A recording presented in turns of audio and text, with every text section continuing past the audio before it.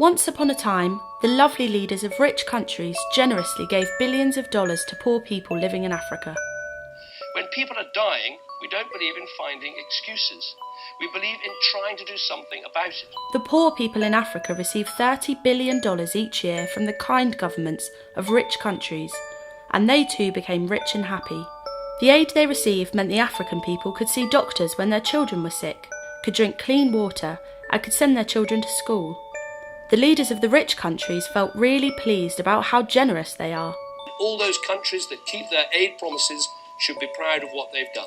Everyone was rich and prosperous and lived happily ever after. There's another story to tell. Not one about how much we give Africa, but about how much we take. While Africa does receive under $30 billion in aid each year, $192 billion leaves the continent. Much of this goes back to rich countries. Out. $46.3 billion in multinational company profits. Out.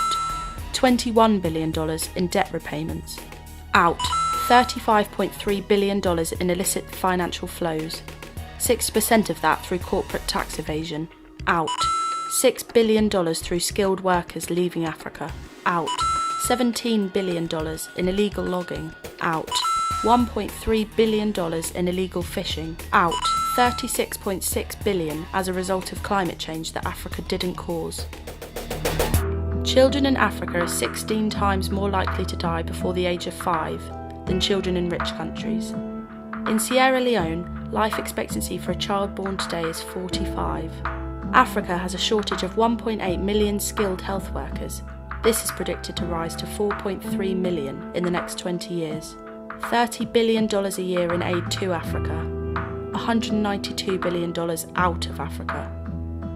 Our political leaders are telling us only half the story about our financial relationship with Africa. Let's rewrite the story. Once upon a time, people in poor and rich countries got fed up of hearing how generous world leaders are to Africa. And they took action. To end tax havens. To tackle the looming debt crisis. To end the plundering of African resources by multinational companies. To tackle climate change. Make our leaders get their story straight. Take action today.